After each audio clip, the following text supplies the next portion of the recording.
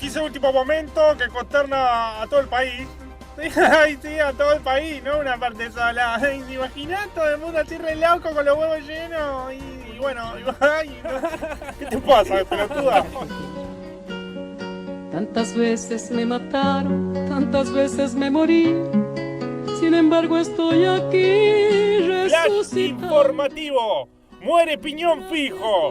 Camisa... No, ¿qué hago, Soy a Leo? la No mano tuitea. con puñal La gente porque me indignada mató tuiteaba tanto. con el hashtag Piñón Fijo. ¡Qué mal, chabón! La mafia china no tuvo piedad. Te vamos a extrañar, y sí, era un puto. Cantando al sol como la cigarra.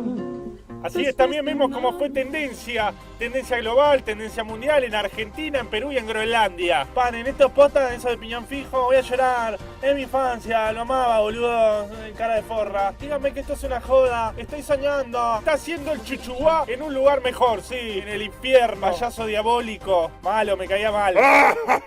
Ahí vemos la cara de Topa, ¿no? Piñón Fijo, Isnagua, Trendy, Carrán, Trevor Guay. Hernán Caire aprovechó la situación. Dame hueso a los pelotudos que hicieron el TT Re Piñón Fijo. Ay, paren, ¿cómo es esto de que Re Piñón Fijo?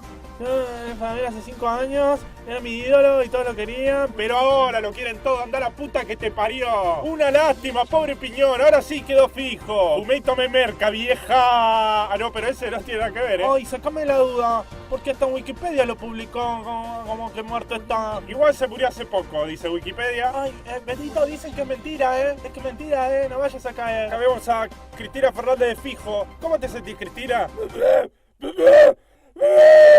No te rías, Cristina, no te rías, es una noticia seria. Sí, acá vemos a todos los últimos muertos, ¿no? Piñón Fijo, Ricardo Ford y Dustin Luke. Bueno, y así finalmente Piñón Fijo hizo su descargo de leche. Tantas veces me mataron, tantas veces me morí. Y Sin embargo estoy aquí resucitado.